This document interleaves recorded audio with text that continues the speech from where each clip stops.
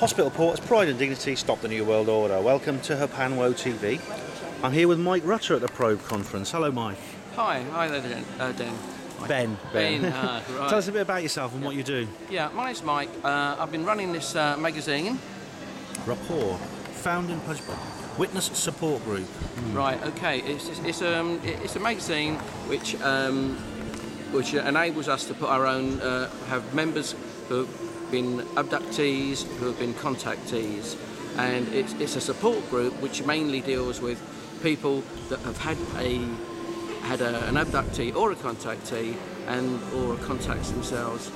And you'll have to do it again. It's all right. No, it's okay. It's all rough cut here. So basically, you're looking for other people who've had contact with extraterrestrials. Yeah, that's right. Yeah. And so you can get together and sort of like share stories and find mutual support and things like that.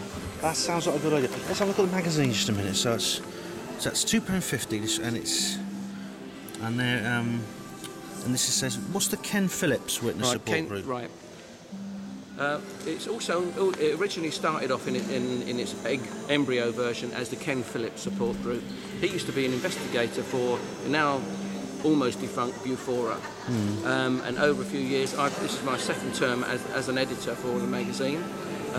We're looking at people that have had contact, who have been abductees, and they want support.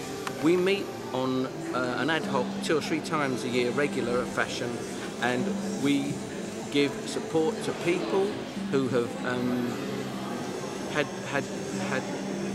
It's all rough cut. Yeah, why do you think? I mean, for someone who's had experiences with extraterrestrial contact and things, why do you think that the existing structures, for instance, the National Health Service and going to see a psychologist, do you think these structures are not enough already?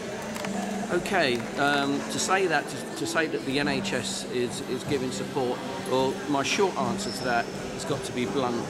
There is no support because they are all governed by the government totally. So if we had a new go-ahead doctor who said, look, I've got this guy, he's been on board a ship, he's seen all these reptilian people, he's seen dinosaurs, we want him to come out and tell the world.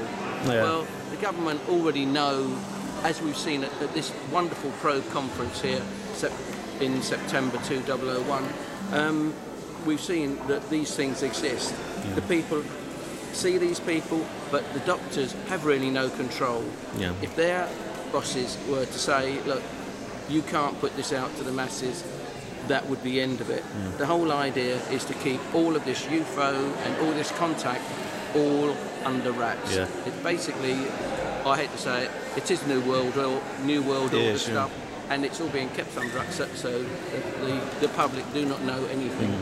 You know, there are some psychologists, for instance, John Mack springs to mind, and others like Bud Hopkins, who actually have come out and said these things are real, and they've been treated very, very badly by their colleagues. Not necessarily people who are a part of any conspiracy, but people who just, don't believe in it and have gone along with the notion that these things are not true.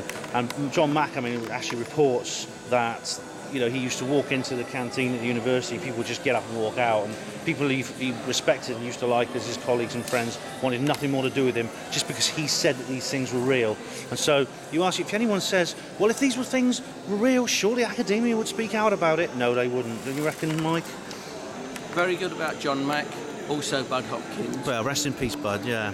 Exactly, even John Mack also, he died as well. He was hit in a motor car accident, allegedly an American in a UK city looking the wrong way. Well, yeah, okay, we'll go along with that for the minute, we've got nothing else to go on. But yes, he did come out, he listened to the people who were coming to him with psychological problems. They were saying, I'm getting all these terrible dreams and of being abducted on spaceships and what have you.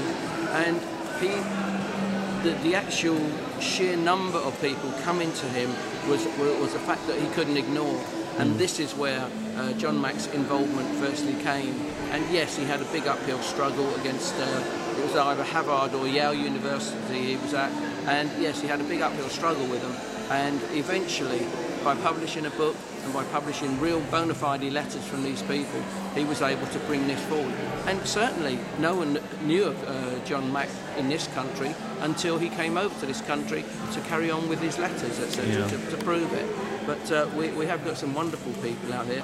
It's only like we've seen some wonderful speakers today here, and it does need people to sort of stand up and be counted. The New World Order is trying to stop that.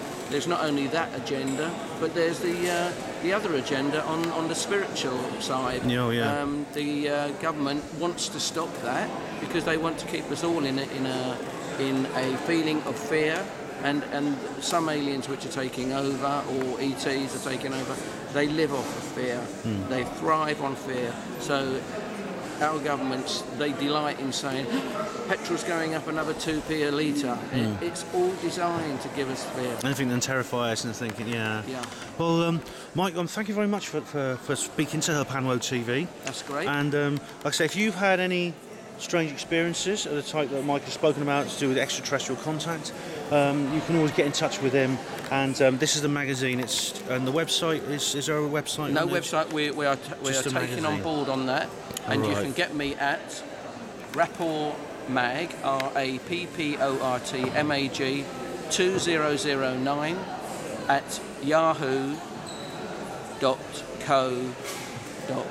Okay, well, thank you very much. That's great. Thanks, Ben. Okay. And thank you for watching. See you later.